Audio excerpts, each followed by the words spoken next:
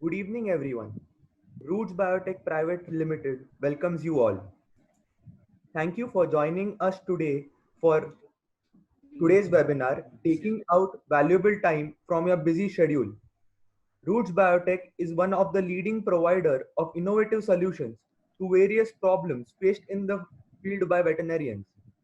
Today we are presenting subacute ruminal acidosis in dairy animals by Dr. Dayaram Suryavanshi, Director, Omega Laboratories. I wish to request you all to keep your microphones on mute, and if you have any questions, please type them into the chat box.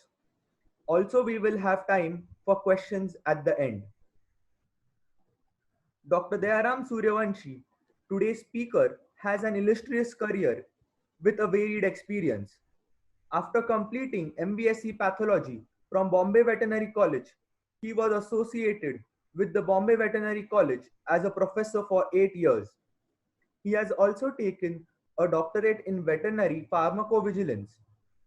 Dr. Dayaram Suryavanshi has a vast experience of 22 years.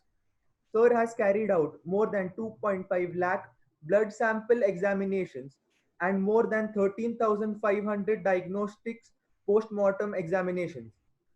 Without wasting any more time, I request Dr. Dayaram Suryavanshi to take over. Please bear with us as I share the screen to Sir.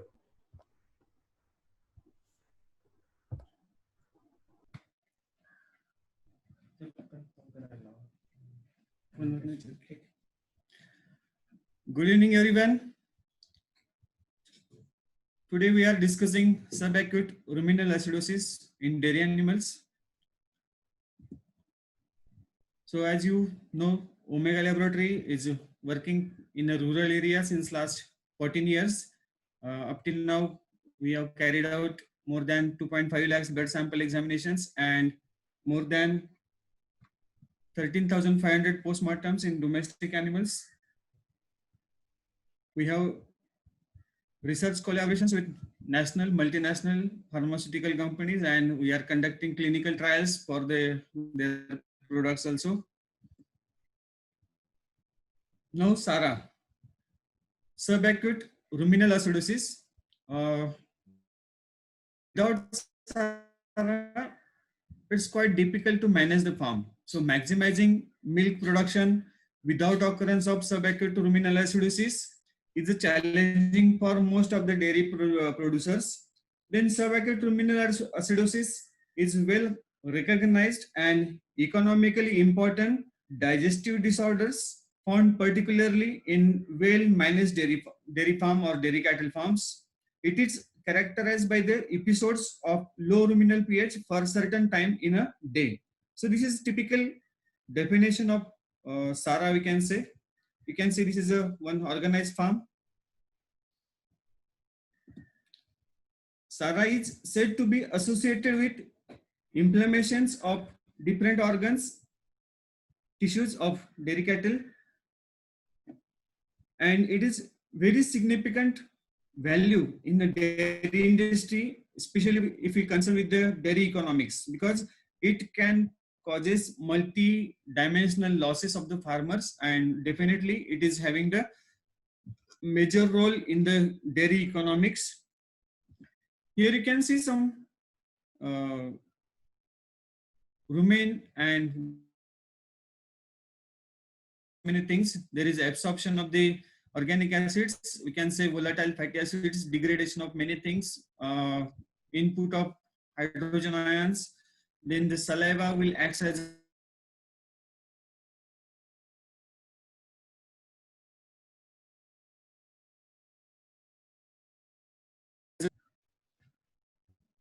now here, from here we can start our session actually. Now, who is producing milk?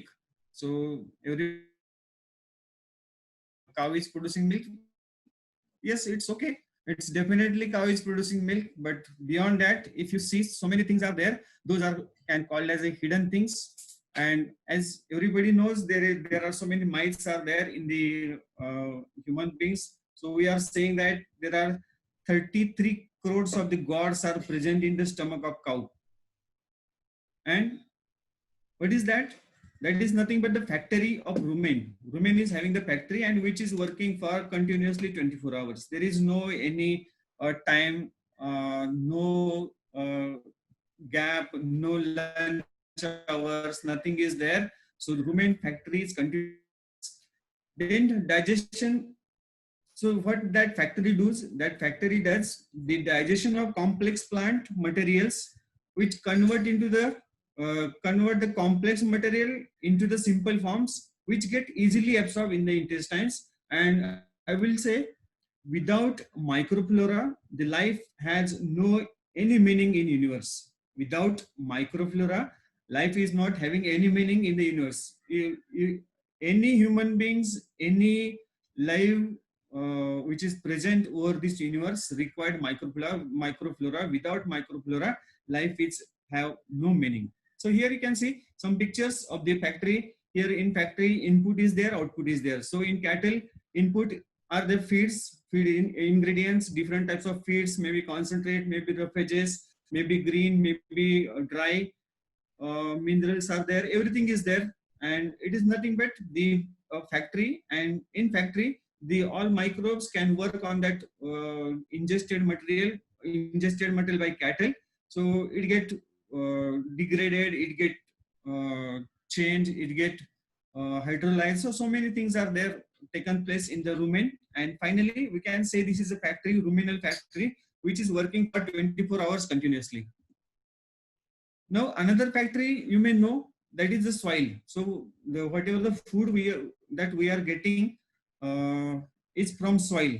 So soil is also the input and output. If you see, so many things are there in soil. So soil is having, or the plant is having the roots. Roots are present in the soil, and in the soil there are so many microbes are there, and these microbes are help for the building of the plant. So this is also the factory which is present in the soil. So these two factories are most important for the any human beings as well as the animals for the for the biological functions. Now here we can see what is the factory of the rumen and what is the factory of soil. So different microbes can play very crucial role in the different in the animal as well in the soil. Now here you can see in the rumen the food ingredients that come may contain lignin, cellulose, hemicellulose, pectin, arabinose, phosphorus, oxalate, phosphates. Then hydrolysis takes place. Chlorophyll is there. Glycogenic substances, everything is there that come in the rumen, and which is get utilized by the microbes and get converted into the different simple forms, simple products. Similarly, in the soil, there are different microbes are there. These microbes can help for the nitrogen, potassium accumulation from the different sources of the soil. Then pseudomonas are there, PSB are there. Then some of the bacteria, they are responsible for the assimilation of copper, cobalt, manganese, sulfur, everything which is required for the plant growth that can be come through the microbes directly. Roots are not able to absorb the nutrients. So for that purpose, the bacteria or the microbes can play a role like a factory. Then many amino acids, they are collected from the soil and they transported towards the plant with the help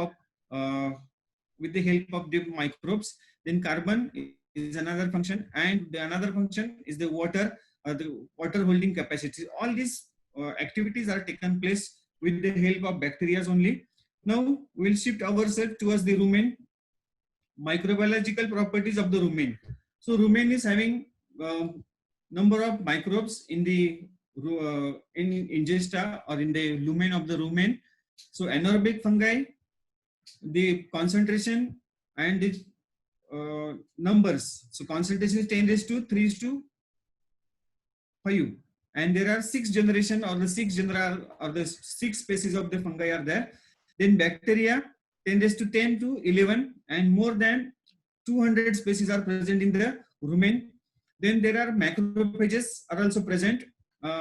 Their particles number is 10⁷ to 9.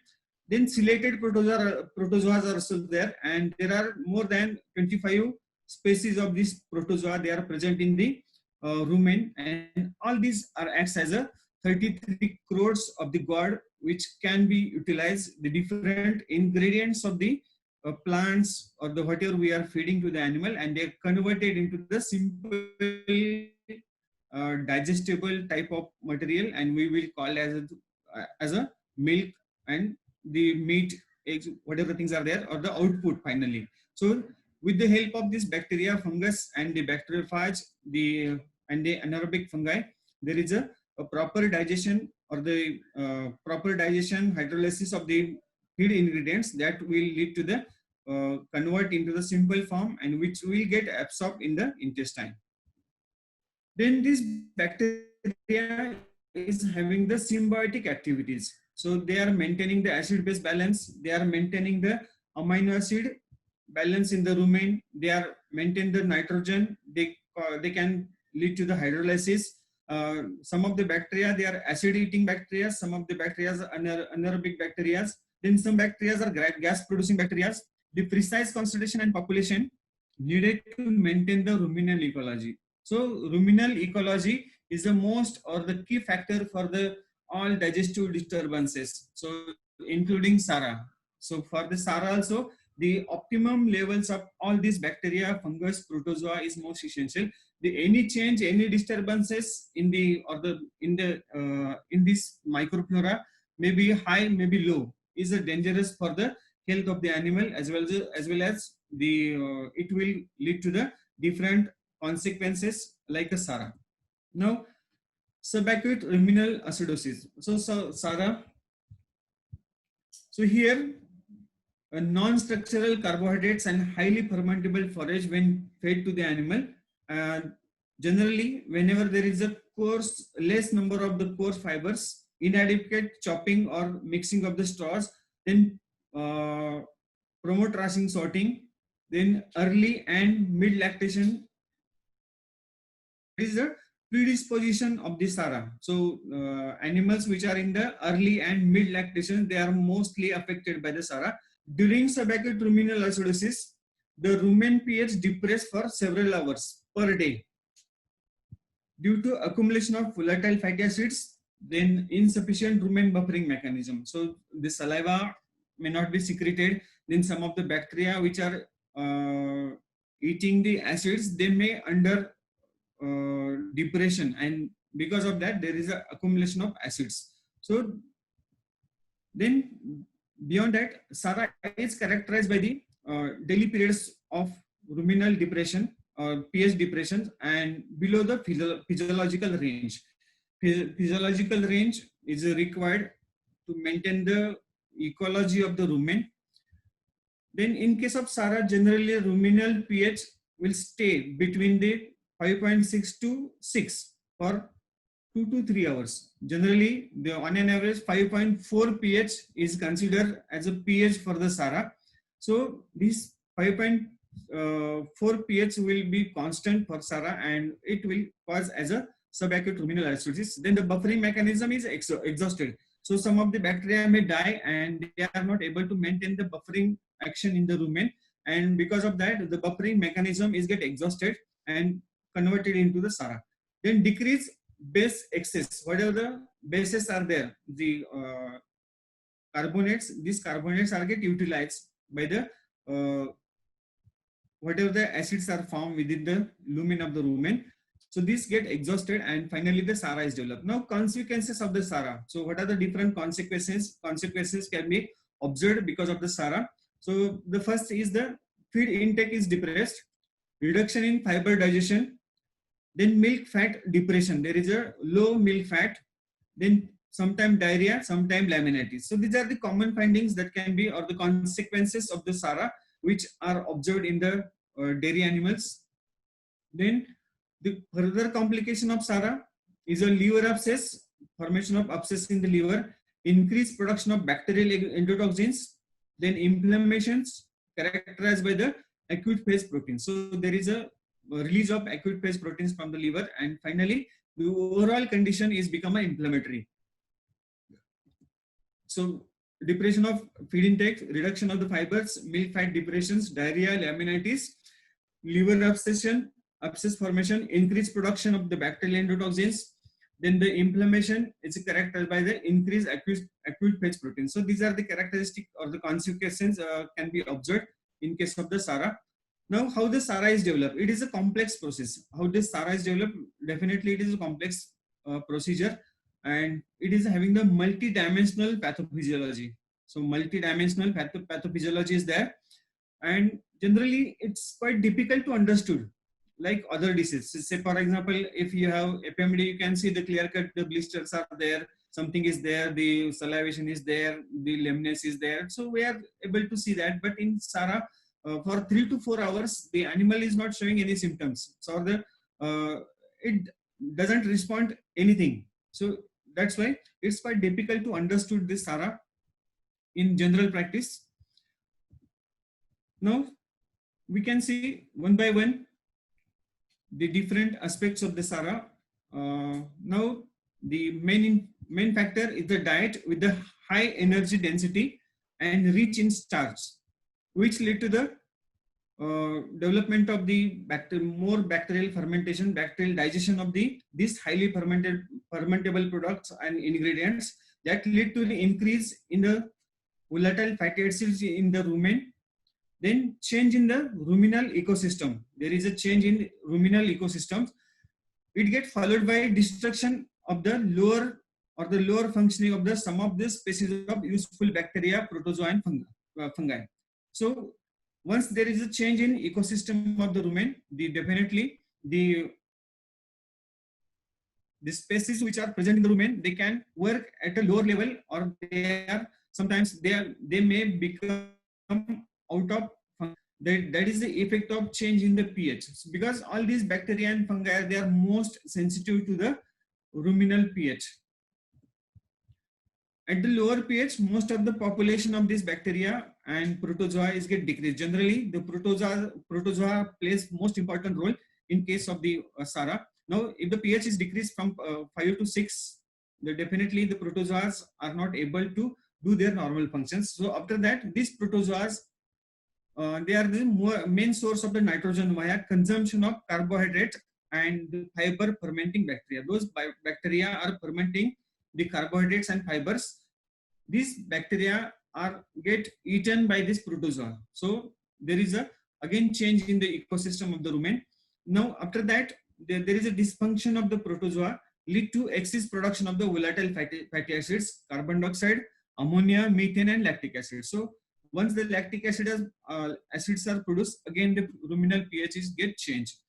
Now these alterations in the ruminal epithelial cells, sometimes there is a partial adaptation. So if these things are happen daily on the daily basis, the ruminal epithelial cells try to adapt themselves, but finally though they adapt, but they become non-functional. Once if they adapt but they become non-functional, then destruction is based on the quantity of the acidity in the rumen. If the specific areas of the ruminal wall is get affected, definitely that particular wall try to adapt themselves. So simple squamous epithelial cells may convert it into the stratified squamous epithelial cells, and stratified squamous cells may convert it into the cornified stratified squamous epithelial cells. So these are this type of ruminal epithelial adaptation can be observed during the SARA, or whenever the SARA is going for the 3 months, 4 months, 5 months, 6 months, 8 months, sometimes in a years. So after that, the complete ruminal wall may be converted into some stratified type of masses or stratified type of epithelial cells. Now after that, the excess of acids lead to necrosis of the ruminal stratified squamous epithelial cells. So whatever the squamous epithelial cells are there, there is a necrosis at the focal areas. There is a necrosis of the stratified squamous epithelial cells.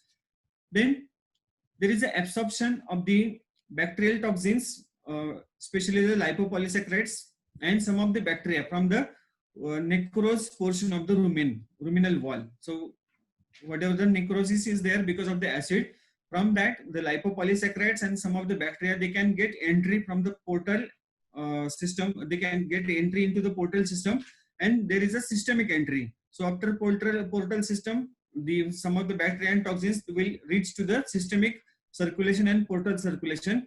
Those bacteria will reach to the portal circulation. They may affect the liver and lead to the necrosis of the hepatocytes, and hepatic damage is there. And there is a development of the smaller abscesses, that is called as a micro abscess in the liver. Then necrosis and damage to the vascular endothelial cells of the capillaries.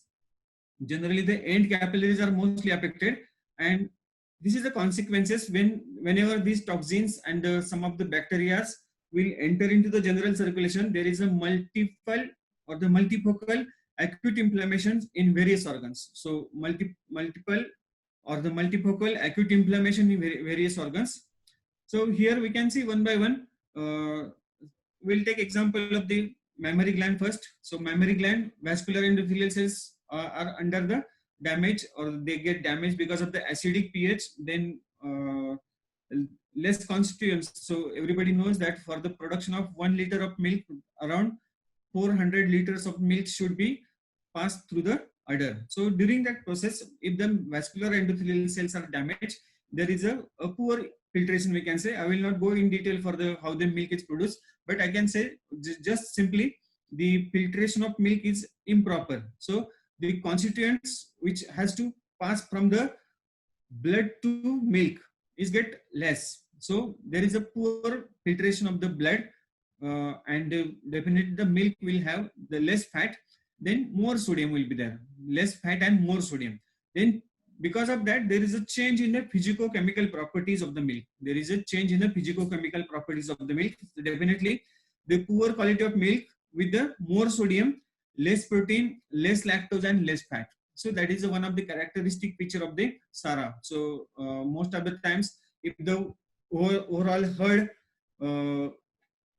lactose and herd fat concentration of the milk is less, the such type of farms are suspected for the SARA. If the overall fat percentage is less, then we can say there are chances of the SARA in that particular farm.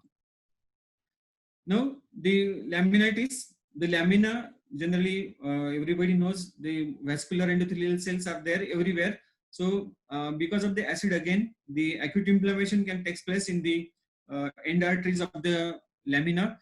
There is a exudation, swelling and pain, and during the pain and inflammation there is a release of the cytokinin, and especially the PGF2 alpha, prostaglandins are released, and these prostaglandins definitely they will cause inflammation, acute inflammation in the lamina, followed by there is a systemic entry of the prostaglandins because of the laminitis. So laminitis will remain constantly for the few months. During that period, maybe the 6 months, 3 months, 4 months, depending upon that period, it is directly proportional. The laminitis is directly proportional to the early embryonic death, reproductive failure, and wasting of the animal. So early embryonic death can be observed because of there is a more cytokinins in the blood circulation, more PGF2 alpha in the blood circulation. So if the conception is there, the corpus luteum may form, but due to the continuous production of the PGF2 alpha, there is a lysis of the corpus luteum. So early embryonic death and reproductive failures are the consequences of the laminitis, and that laminitis may be caused because of the SARA. So this is the laminitis and its pathogenesis. Now the liver abscess and the damage to the liver and how it related to the other some of the bacteria when enter into the liver, they will cause the lipopolysaccharides will cause cell injury to the hepatocytes, necrosis and abscess formation, micro abscess formation will be observed into the hepatic parenchyma. During the inflammation of the liver, again there is a release of the acute phase proteins. So these acute phase proteins will act in a different parts, and due to the inflammation of the hepatocytes, there is a liver dysfunction, and as everybody knows, different functions of the liver. So assimilation of fat or the conversion of the fat into the compound fat, like lipopolysaccharides, phospholipids, sphingolipids, cholesterols, everything. So finally the fat digestion, fat metabolism is hampered. Fat metabolism is not up to the mark. Then protein metabolism is not up to the mark, as well as the carbohydrate metabolism is not up to the mark. So this all is consequences which can be observed in the liver because of the SARA ultimately lead to the anorexia, then the less milk production, and finally the wasting of the animal. So this is about the liver and the SARA. Then intestines. So another clinical signs in SARA is a diarrhea. So in case of SARA, the more solutes like potassium hydrogen will be present in the lumen or the ingesta. Once this ingesta is having the more solutes, there is a change in the osmotic pressure of the ingesta. And as everybody knows, the simple osmosis, in the simple osmosis, there is a absorption of interstitial fluid into the lumen of the intestine. So ultimately that lead to the increased volume of the ingesta.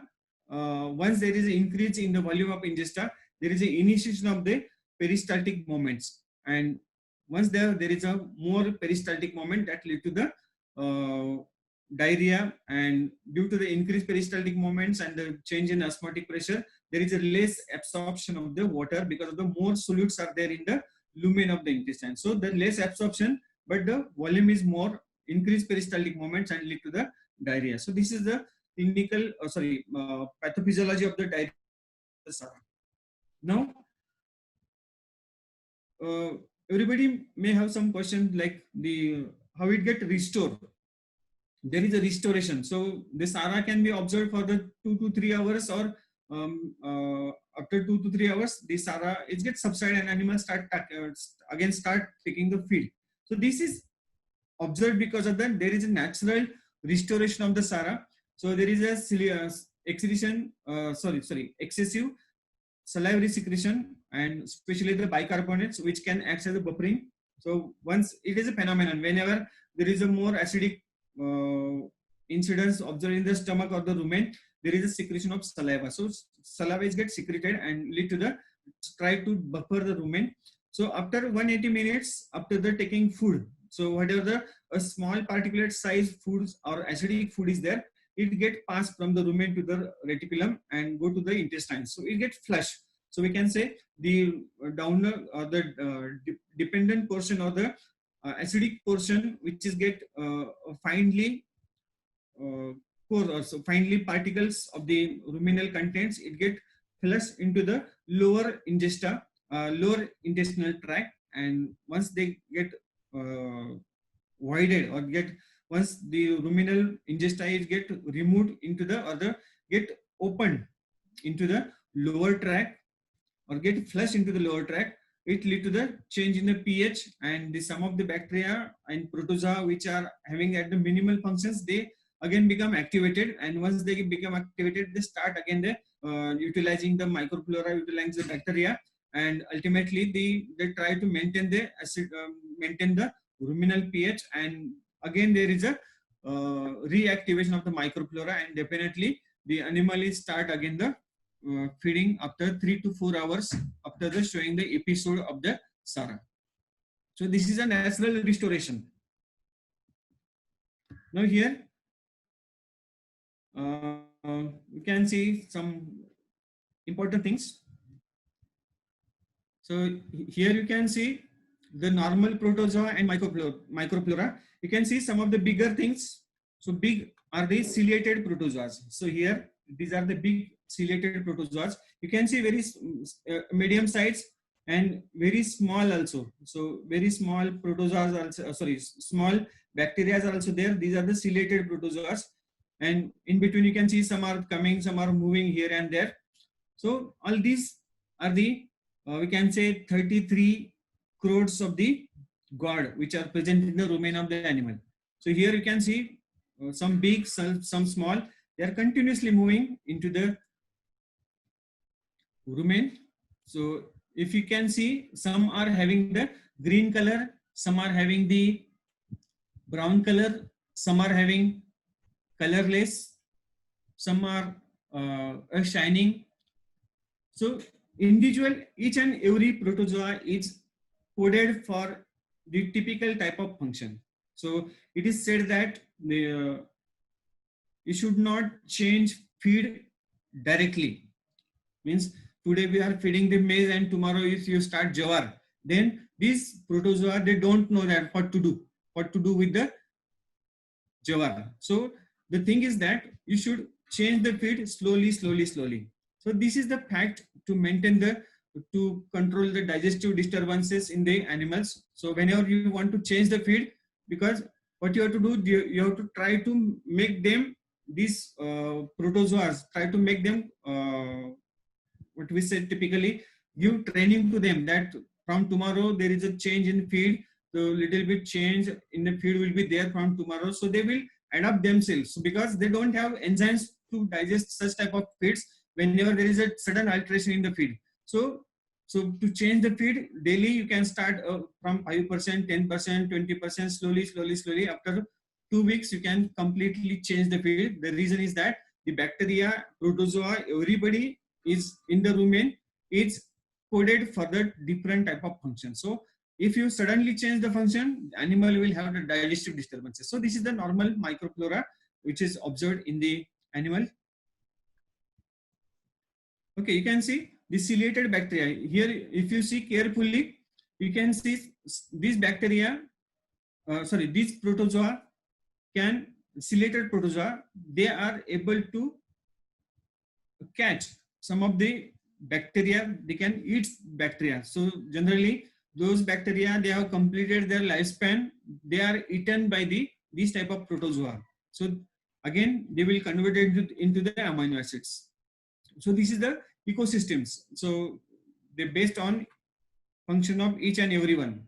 So there is a, if you can see the from through cilia, they are able to collect the bacteria and throwing into their mouth parts. So these are the things that can be observed in the rumen continuously. So those bacteria completed lifespan, they will be get scavenged by the ruminal protozoa.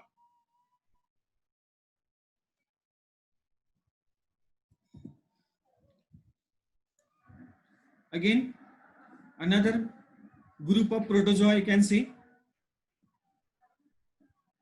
Here, some are big, some are small, some are very small, some are invisible. So these are the videos that can be done only by the simple mobile.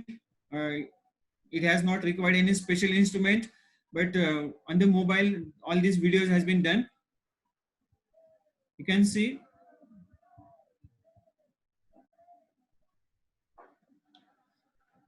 Again, the color differentiation is also there. Some are brown, some are green.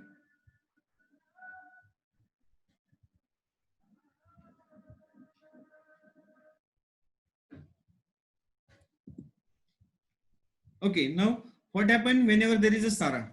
Now you can see this is the thing.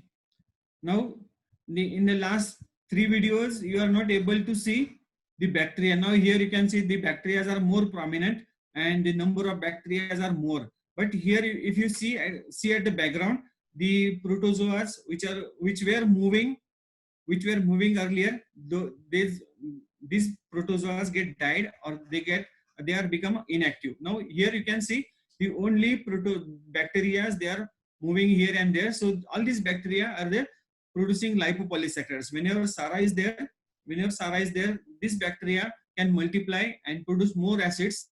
And once the more acid is there, the further complications or the consequences can be observed in case of the animals.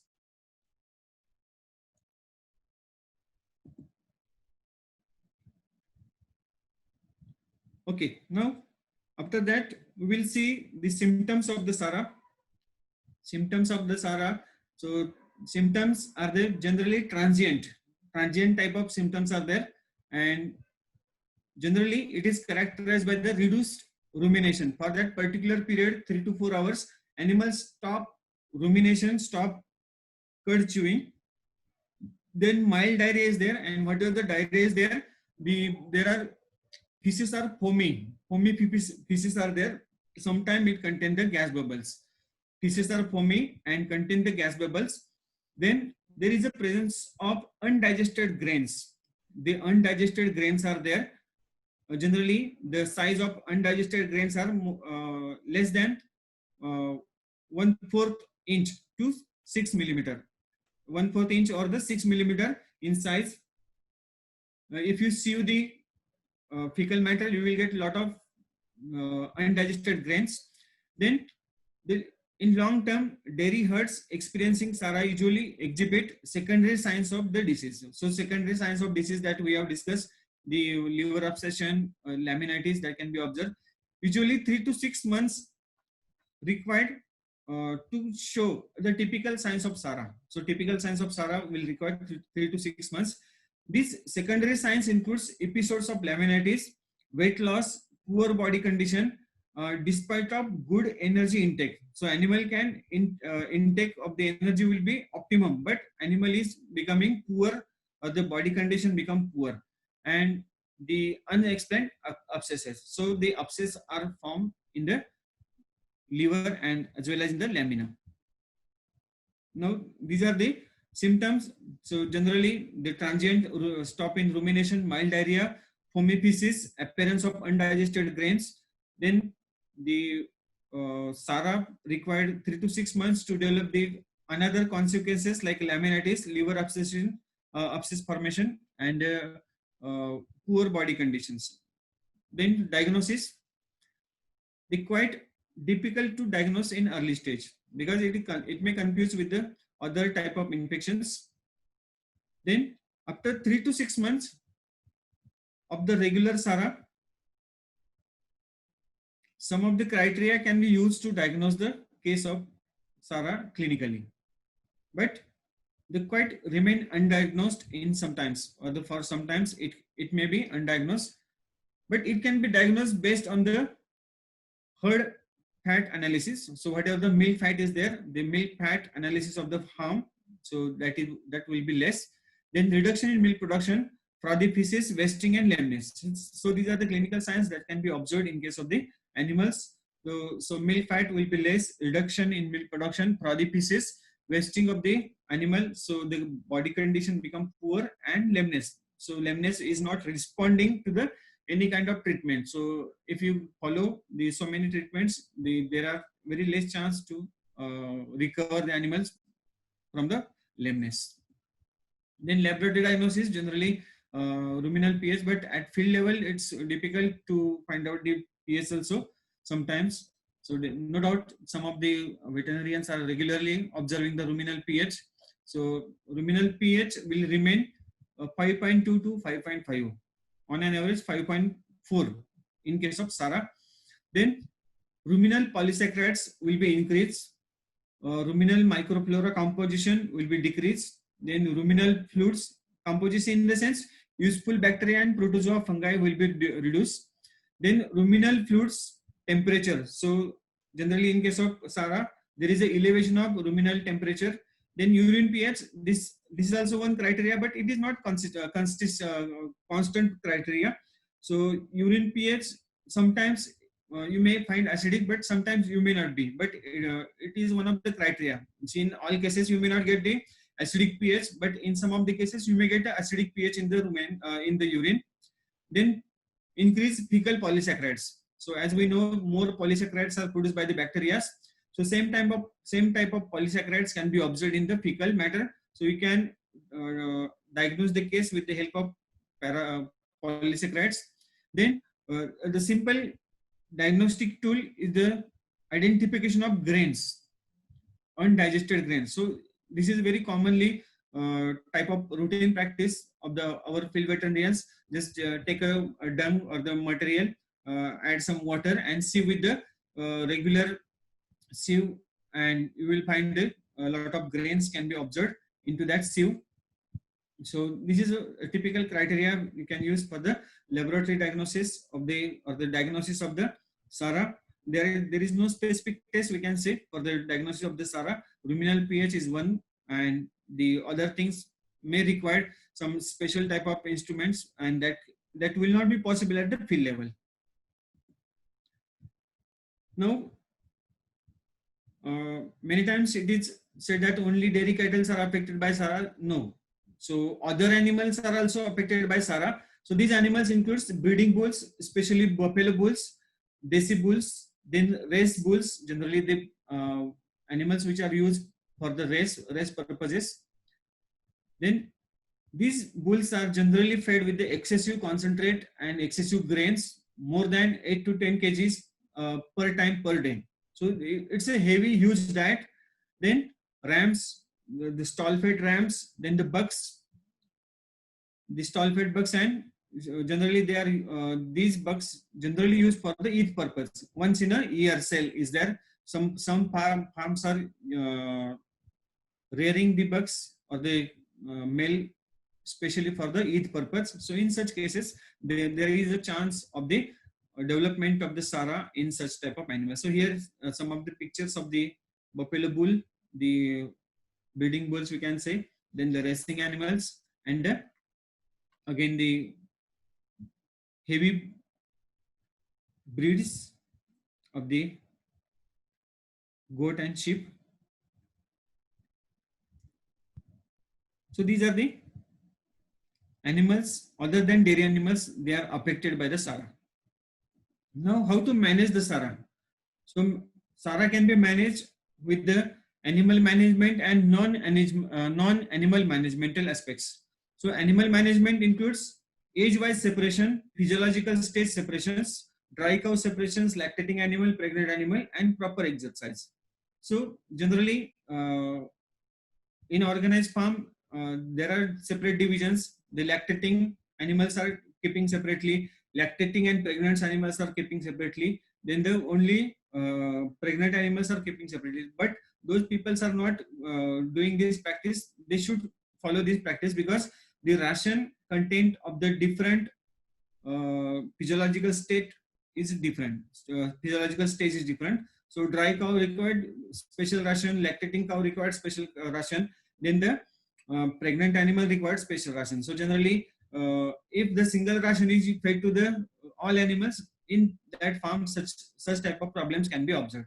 So those animals are not in production, they may suffer from the SARA. So the care should be taken that depending upon the physiological stages of the animals, we should separate the animals, or we can give suggestion to such farmers that you should separate the animals based on the physiological states. Then non-animal managemental aspects, that includes the inclusion of materials which prevent SARA. So here we can include some of the materials which can prevent the SARA. So that materials includes the feeding of live yeast. It can be used. Live yeast can be used and having the positive effect on the ruminal ecosystem, ruminal environment especially.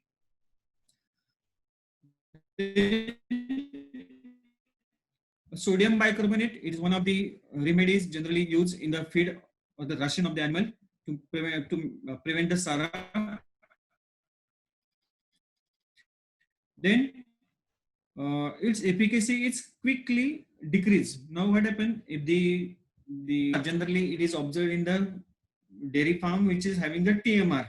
So everything has been put into the TMR. So everything is get mixed, and sodium bicarbonate is also get mixed with that. And during that, whatever the pH is available into that TMR, so there is a neutralization of that pH within the feed only, and because of that, the sodium bicarbonate is become ineffective when fed to the animal. So whenever TMR is there, the special due care should be taken that one can add buffer or the sodium bicarbonate at the time of exact feeding, so not in the TMR. So some of the disadvantages of TMR is that with the help of wet feed, there is a utilization of bicarbonates within the TMR, and generally that is not useful for the animal. That sometimes weak treatment with the sodium hydroxide, or the weak sodium hydroxide can be used as a treatment for the to maintain the buffering action. Then it should be used very cautiously. Then the commercial preparations derived from the different marine algae, then calcified seaweeds are now available and claim twice buffering capacity than the sodium carbonate. So this type of marine algae, or we can simply call it as a seaweed extract. So seaweed calcified extract can be used as a good source of as a buffering agent for the control the SARA.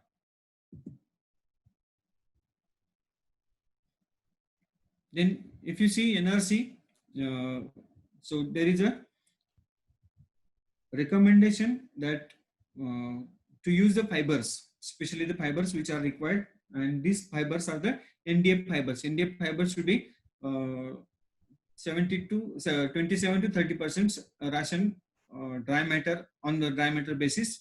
NDF should be there in the forage or in the feed of the animals. Then diet with adequate amount of NDF stimulate rumination or cud chewing, which increase saliva production that buffers the ruminal pH. So the important thing is that there should be the continuous rumination should be there. If the rumination stop, there is a stop of the all metabolic activity ecosystem of the rumen. So the basic thing is that if the NDF fibers are there in the rumen, so ultimately that required more time to chew in the mouth. So if the more chewing is there, definitely the more saliva will be mixed with that fibers, and definitely more saliva will be enter into the rumen, and it will minimize the problem of the SARA. So the important thing is that the animal should be kept in the continuous rumination stage after the feeding. Then proper chopping of the material is most essential. It should not be more or it should not be less. If it is more, again it is difficult. If it is less, it is also difficult. Now the optimum size of the chopped material is a 2.5 to 5 centimeter, not less than 2.5, not more than 2.5 centimeter. So if more chopped or if less than 2.5, definitely it gets soaked, it get absorbed, it get heavier with the help of water, go to the bottom of the rumen, and definitely lead to the production of more acidic, more lactic acids, and definitely lead to the SARA. Now, some of the enzymes which are important for the good functional activity, which can boost the ruminal microflora, ruminal protozoa, ruminal fungi.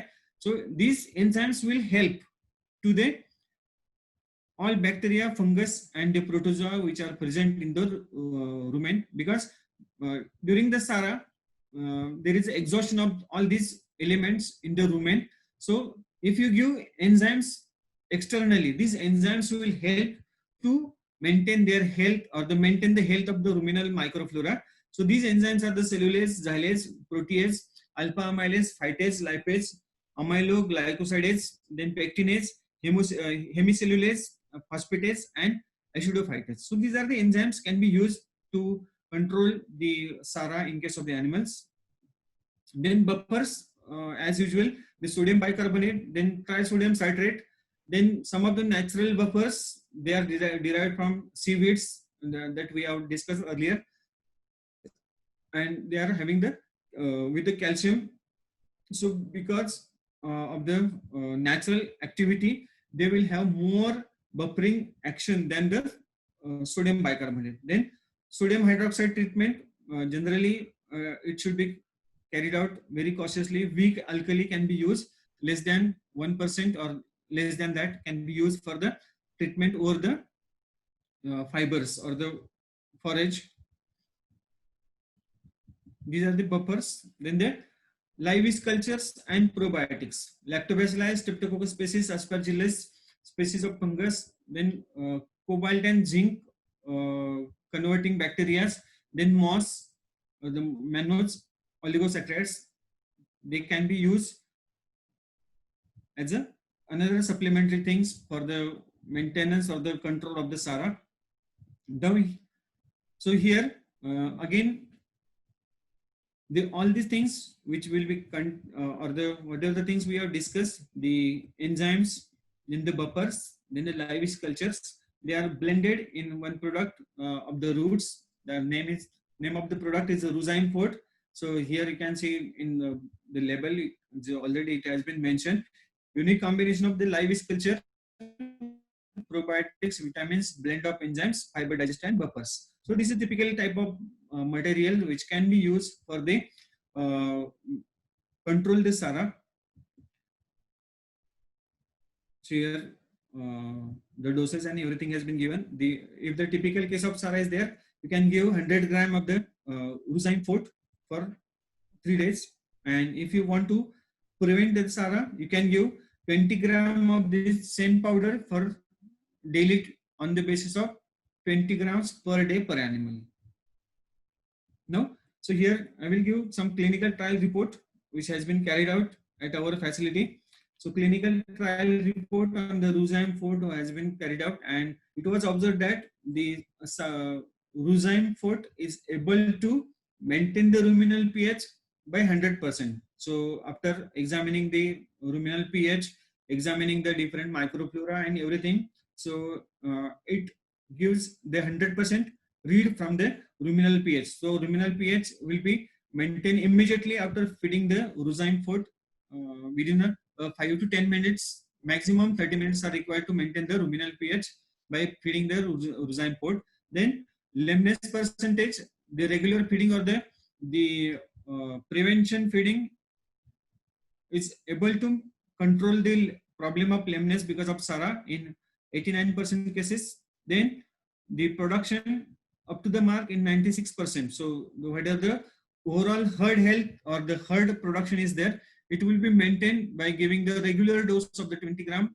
Then there is a prevention of mastitis in up to the 72%. So there are chances of the recovery by 72%, and there are chances of recovery from diarrhea by 65%. So these two generally not only because of SARA, so other parameters are also considered in the mastitis and diarrhea. So that's why, but the 100% read up from the ruminal pH, so ruminal pH become optimum or the up to the mark, the production come to the normal, and the lameness is come to the up to the 90%. So if you give to the 100 animals, the 90 cases will be covered with the help of this. So this simple thing is that the ruminal pH is maintained, the ruminal activity start, rumination is start after giving this, and ultimately the chances of the lameness and loss of production are get reduced because of the use of this Ruzyme 4. So here I could conclude my session. If you have question, just I will go through the message box. So here numbers are there. You can contact rootsbiotech@yahoo.com as well as info@rootsbiotech.com, and you can visit website www.rootsbiotech.com, and if you have any problems you can contact me on this number 8600891946, and the email ID is vetdayapah@gmail.com. So you can contact me on this. Thank you, sir. Thank you very much. We will go ahead and take some time for questions now. Just a reminder, please be sure to type your questions into the chat box section in your control panel. It looks like we have a few questions, sir. Sir, if you could take a look at them.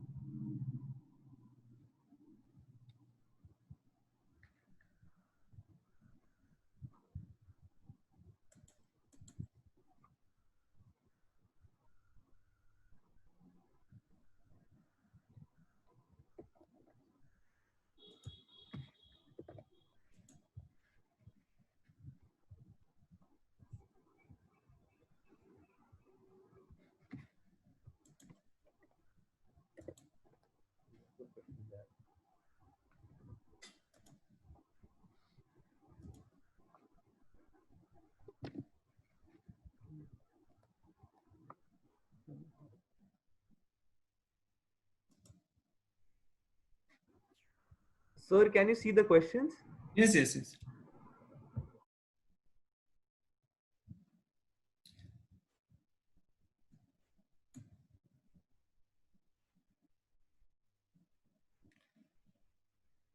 Okay, one question is there. Can you use the ruminal curd from the different animals to then to prevent the SARA? Yes, we can use the ruminal curd, but along with ruminal curd will provide microflora. But along with that, you must have immediate some solutions like the Ruzyme pods. Along with that, you can give the ruminal curd also. So that will give better result to you. Generally, you can collect the ruminal curd either by the ProBank from the healthy cow, generally people are bringing the ruminal curd from the slaughterhouse. So definitely be cautious about that. In slaughterhouse, the all animals may not be healthy up to the mark. They may have the stress because the in the slaughterhouse animals are not giving that much of the food and the proper shelter in during that. So they may have some disability or the some of the microflora. They may have some. They may not be up to the mark. So it's better to collect the microflora from the healthy cow with the help of Probank or the stomach tube and give it feed it to the animal. And hardly half liter of the microflora is sufficient to start the ruminal functions from the active cow to the another inactive cow. So that is the question, and that could be the answer.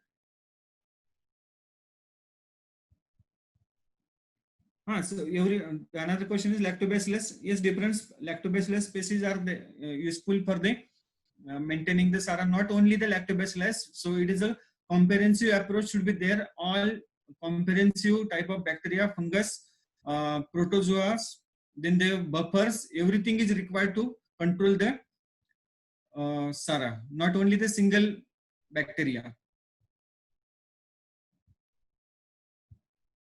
Yes, the antihistaminics and laminitis. You will get some of the result with the antihistaminics and NSAID because both of them can reduce the histamine. So inflammation will be reduced, or the histamines can maintain, or the histamine can reduce the cytokinins which can be produced by the mast cells of the inflammatory cells, and NSAID drugs can be used for the temporary relief from the laminitis. So definitely the laminitis will be controlled with just you can subside the clinical signs, but definitely you will not able to remove the basic cause. So antihistaminics will definitely give some relief to the animals for temporary on the temporary basis, but for the complete recovery you should remove the basic cause, that is SARA. Yes, goat curd can be used, no problem. Goat curd, because but the thing is that one thing is very common. So you should get the goat curd. Those are in a grazing or the grazing animals, because the ruminal microflora of the stall-fed animal is different than the ruminal microflora of the grazing animal. So it's better to collect the ruminal microflora from the grazing animals. It's better instead of using the ruminal curd which is used from the stall-fed animals. Then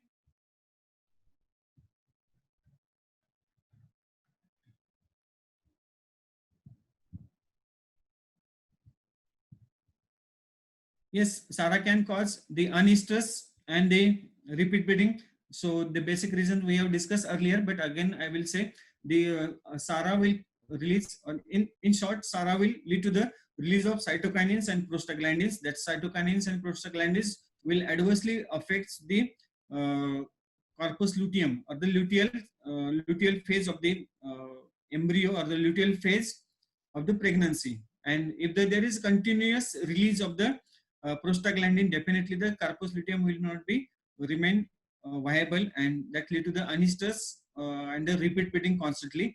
Anistus is also there. So because of the SARA, the assimilation of the product is not there. As we know, one of the pathogenesis of the SARA is the liver dysfunction, and once the liver dysfunction is there, the lipoproteins, sphingolipids, polysaccharides, then the lipids which are required for the maintenance of the pregnancy, maintenance of the estrus are not produced because of the damage to the liver, and definitely SARA will cause the anestrus, or sometimes it may lead to the postpartum anestrus also.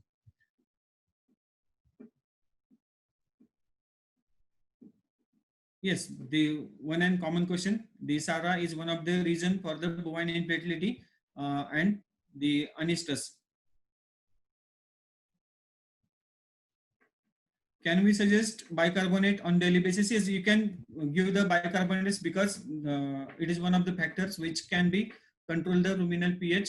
So you can give bicarbonates on daily basis. But the thing is that if you have TMR, or if you are feeding the weight type of material, don't spread bicarbonate under that weight material. So you can give the bicarbonate as soon means instantly, other immediate top dressing. If you are keep putting the weight material in front of animal, then you can put the sodium bicarbonate. If you pre-mix everything mixed together, keep it for half an hour, 2 hours, or 1 hour, definitely the efficacy of sodium bicarbonate will be reduced, and it will not produce that much of result that you require.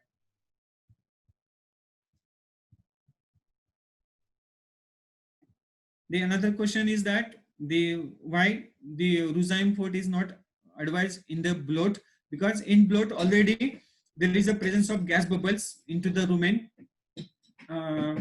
Once you give Ruzyme 40, there is a little bit formation of some of the gas bubbles.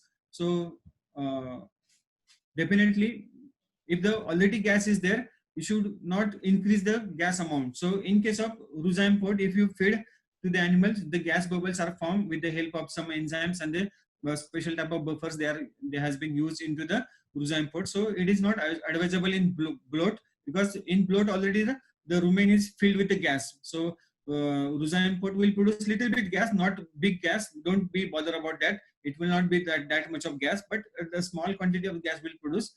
But we are not advising in the bloat case, because already a trapped type of gas is there. So it's better to use this material or the Ruzyme 40 in the SARA cases especially, or you can use this as a preventive measure.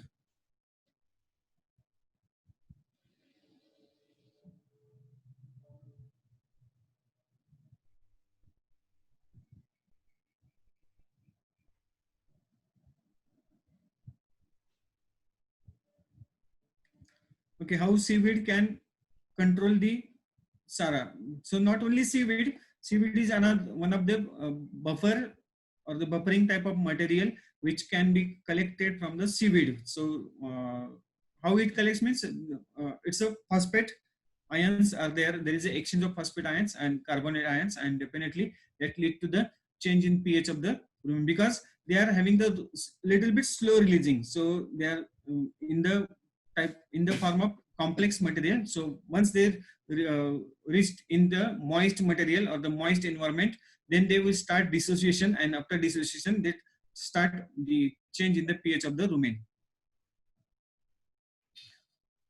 Then what is opinion about the rumen curds? Just we have discussed the ruminal curd can be transplanted, but the thing is that if the animals is stall fed, you should not use the ruminal curd from stall fed animal to the animals which are grazing type of animals.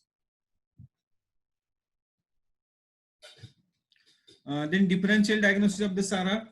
Generally, as we know, SARA will remain for 2 to 3 hours. It is characterized by the diarrhea. Then the grains are there in the fecal matter. Then the frothy diarrhea is there. Laminitis is there. And ultimately, the milk fat content is less. So based on that, no other disease is having these type of characteristic features. So like ketosis, you will have the sweet odors. No doubt the wasting is there in ketosis. So ketosis is having and the laboratory findings of the ketosis, you will able to differentiate. You may go for Rothras test, and you can differentiate the presence of the ketone bodies. Typical sweat smell is there. That may be the foreign body syndrome. So for 3 hours, 4 hours, animal is not able to do the rumination. So generally, these are the differential points: laminitis, then traumatic laminitis, then interdigital condyloma, that can be also can be differentiated. Then the injuries to the lamina, injuries to the hoops. Then if there is a continuous wetness in the farm, if there is a continuous wetness in farm, it is also another factors which can be differentiated from the laminitis, which can be observed because of the SARA. So these are the differential points. One is the ketosis, the foreign bodies, then the traumatic and neoplastic type of laminitis in case of the animals. Any prophylactic treatment can you give for the SARA? Yes, the whatever we have discussed, the enzymes, you can include all enzymes. You can include the buffers, seaweed buffers, and if you don't want to run here and there, just buy the Ruzyme Forte and give 20 grams per day to the animals. So it will prevent the SARA. Okay, so already I have given answer to the how to diagnose laminitis related to SARA and from other diseases. So laminitis will be occur because of the so many things that we have discussed earlier. So interdigital condyloma, the abscess formation may be there, then the continuous wetness in the farm, then injuries to the sole, injuries to the hoof. So all these things lead to the inflammation of and definitely you can differentiate based on the other clinical signs. Then you have to correlate just the milk fat, then the fecal matter, then the if possible ruminal pH, then the wasting of the animals and milk fat analysis. So all things should be considered together, and finally you can go to the diagnosis of the ruminal of the SARA.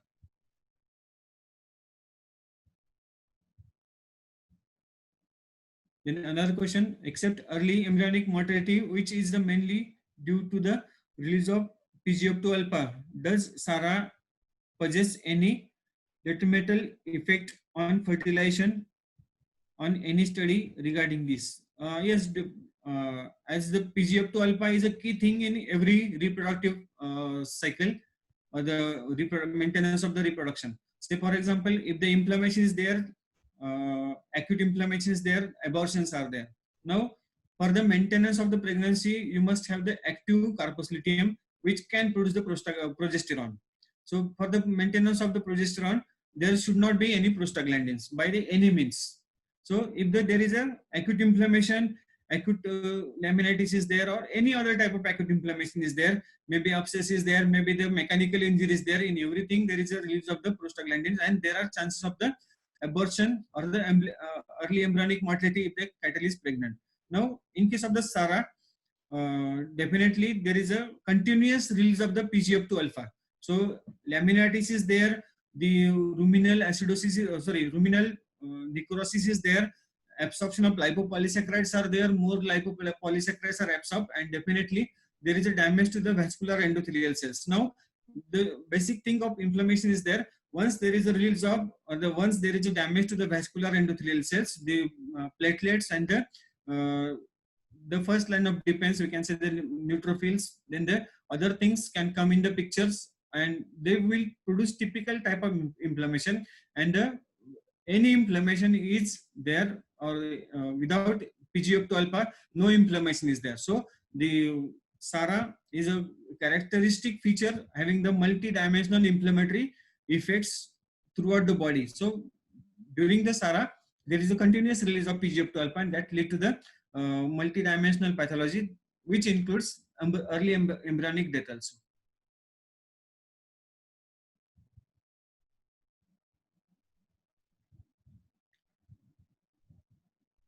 Okay, dose of sodium bicarbonate. So depending upon how much feed you are providing, how much fermented grains you are providing, depending upon that, the soda bicarbonate can be changed. Generally, the peoples are giving around 2 kg of the soda bicarb per ton of feed. So in feed, dry feed, I'm talking about the dry feed.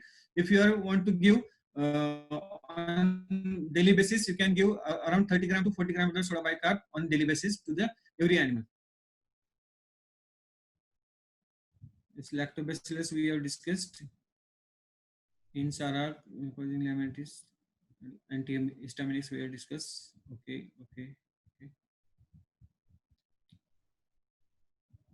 Is goat cud is safe to the cow? Yes, it is safe, but as I discussed earlier, you should collect the cud from the grazing goats, not stall fed, because because the feeding habit is directly proportional to the number of and the quality of the microflora in the rumen.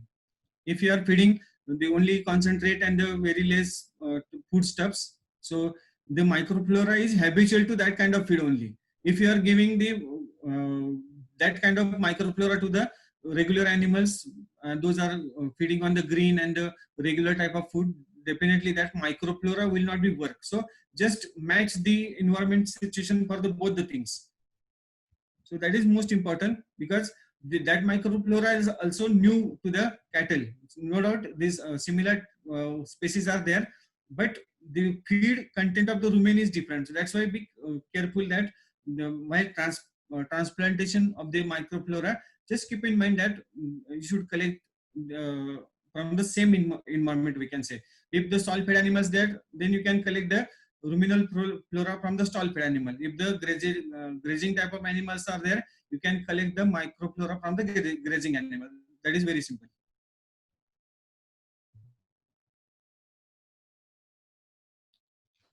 Why use Ruzyme?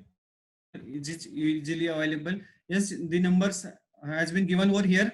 You can contact the Root Biotech peoples. They will give whatever the economic is there, because I don't know have any idea about the economics of that. So just go to the just call them. You will get all information regarding the availability and the economics of the same thing.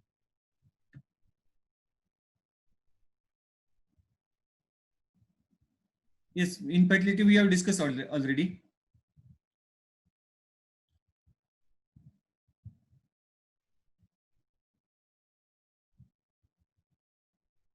Yes, in spite of giving good quality of the food, till the milk is not getting up to the mark, or the composition of milk is not get improving, then in such cases the SARA is responsible, no doubt. So just you can treat the SARA, you will get the proper milk, because just by giving a single 100 gram of Ruzyme, you will not get magic. Okay, just you should understand the pathology. So there is no magic. So for magic you may require 1 month, because the whatever the damage of the liver is there, it should be regenerated. At least it required 10 to 20 days. So everything will become normal. So just by giving the simple 100 gram of Ruzyme pot on second day, you will not get magic. Okay. So for that purpose, you should have the patience and try, because SARA is not a acute disease. It is continuously occurring in the animal. So for that reason, you should go for the treating animal along with the some other supportive type of treatment to control the SARA or to treat the SARA. Definitely you will get result if you are giving the good quality of the feedstuffs, but till the milk components are not improving, then this is suspected for SARA, and definitely you will, if you control the SARA, you will get the good quality milk.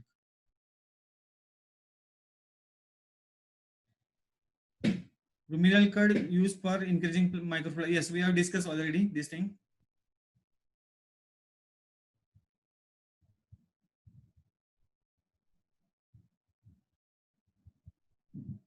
Yes, in the SARA is regular situation. Yes, definitely it is SARA is a regular situation, though the farm is not organized or not well managed. So the reason is that to get more milk, farmers are feeding more type of concentrate to the animals. So this is the reason behind that. So generally, if the animals are giving milk, they definitely farmers are giving much more grains and much more concentrate to the animals, and definitely the more fermentable type of material is there in the rumen, and definitely animals are suffering from the SARA, though the animals are numbers are less, maybe 1 animal, 2 animal, 3 animals, the same thing is there, the tendency is not get changed. So because of that, the SARA can be observed in the animals or the non-organized farmers also, nor non-organized farms also.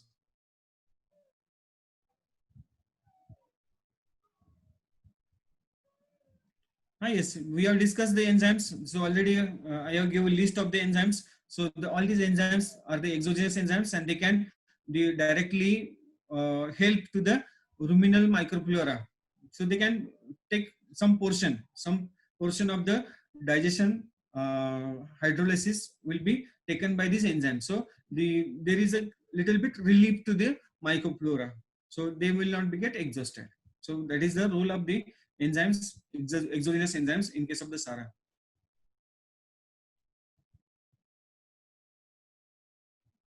Dose of sodium bicarbonate already we have discussed, 30 to 50 grams. Buttermilk we can give, but at a little extent. So buttermilk having not the variety of the organisms in the buttermilk, but we can give buttermilk, but not more than 3 to 5 liters for the adult animals, not more than that. And it should be fresh one. It should not be rotten one. It should not have any bad smell. So you can give buttermilk, but along with buttermilk, other things also, because buttermilk is having the simple type of organisms or the a unique type of organism. They can be just ferment the milk from buttermilk. So that's why buttermilk you can give, but it is not regular type of remedies to maintain the or the to control the ruminant SARA. But you can feed sometimes, but not regularly. But you can give buttermilk to the soil. It will have a very good result. Buttermilk you can give to the soil. So the whatever the microflora in the soils, they get rejuvenated, they get some nutrition and they get activated. So with the help of buttermilk to the soil.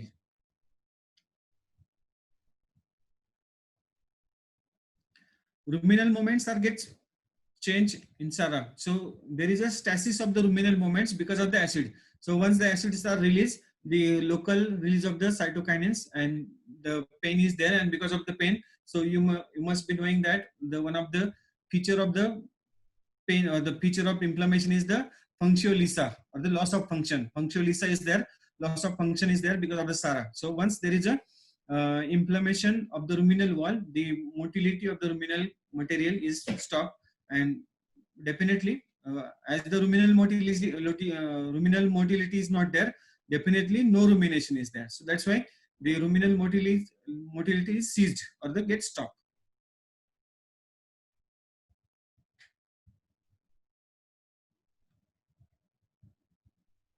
SARA stands for hours or months. Months means all days, daily. So SARA is observed on the daily basis. On the daily basis, I will give simple example. If you are getting, if you have Sunday or on Sunday you are having the very good meal, is it okay? On every Sunday you will have a very good meal and you will have a sleep for 2 to 3 hours, right? So after 3 hours, how you feel? So definitely you will feel that some acidic.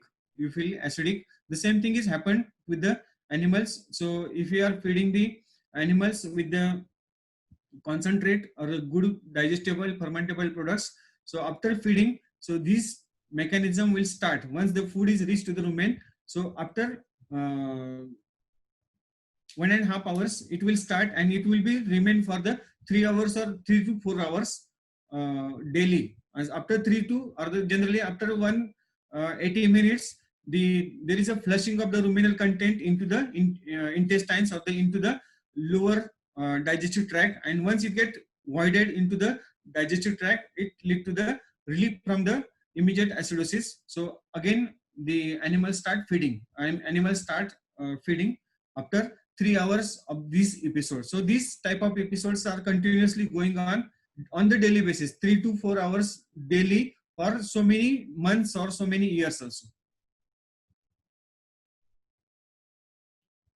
Bloat and acidosis, SARA. Okay, so that is not okay. Bloat, everybody is clinicians in the field.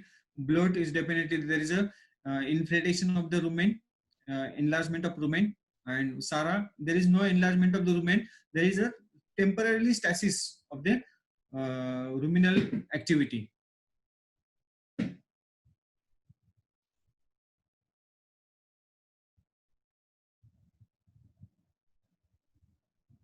Okay, so Sarah, because this is not question over here, you can call, you can send WhatsApp message to on my number. That's for Sarah treatment, but for the Sarah, you can go for the Suramin, maybe for Nizome and other type of injections. and don't forget to give high concentration of dextrose solutions to the animals.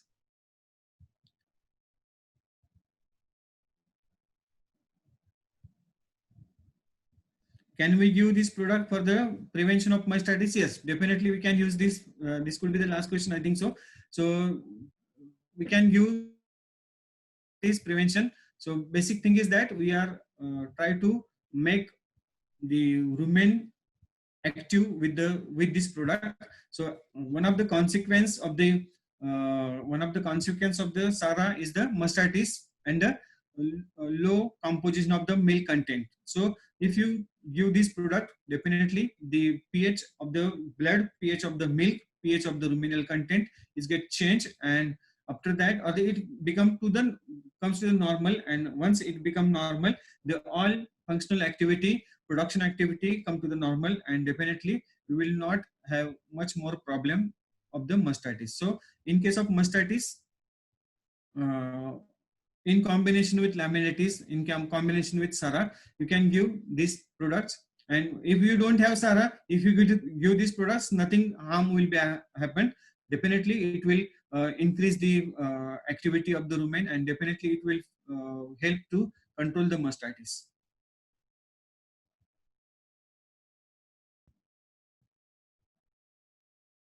It's giving IV fluid helpful in treating SARA. Yes, you can give the IV fluid treating the SARA.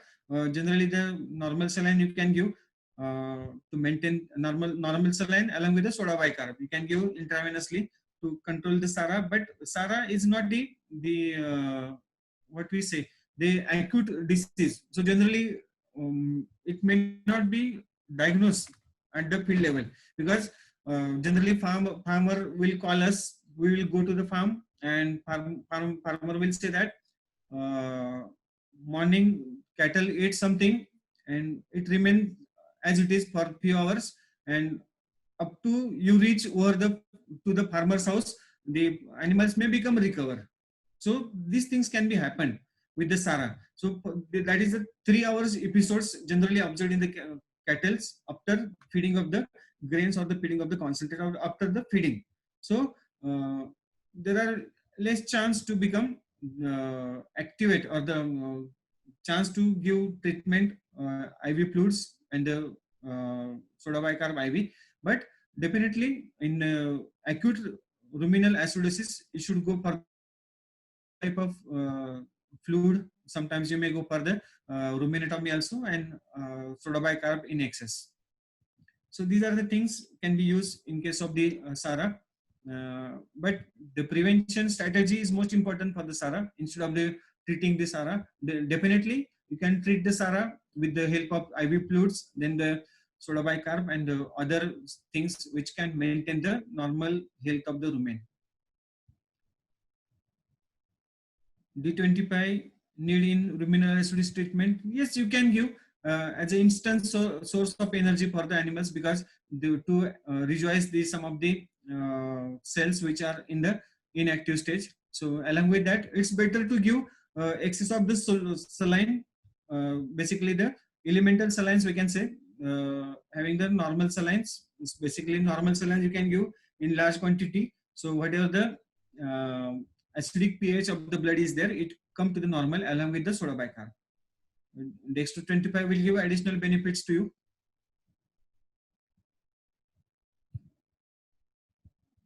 Okay, so difference between that, the acute acidosis is acute one. You have history of that, and it will not respond to the regular. The animal will not become active after 3 hours. This is one thing. So animal not become active after 3 hours.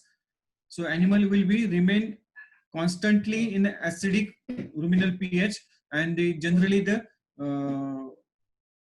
consequences or the sequelae of the acute acidosis is quite dangerous than the SARA.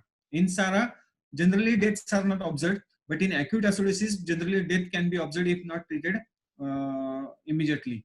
So in acute type of acidosis, you have history of the feeding of the excess of the grains, excess of the sometimes the colostrum, excess of the some fermentable products, leguminous products. So everything will that lead to the acute acidosis, and you can directly go for rumenotomy, remove the all acidic medium, flush the rumen, and ultimately you will get result from that. But you cannot be compare SARA with the acute, because acute is having the different type of the clinical signs. The sudden drop in body temperature is there, the sunken eyes are there, dehydration is there, the typical appearance of the animal is there, and ultimately the nervous signs are common in the late stage of the acidosis.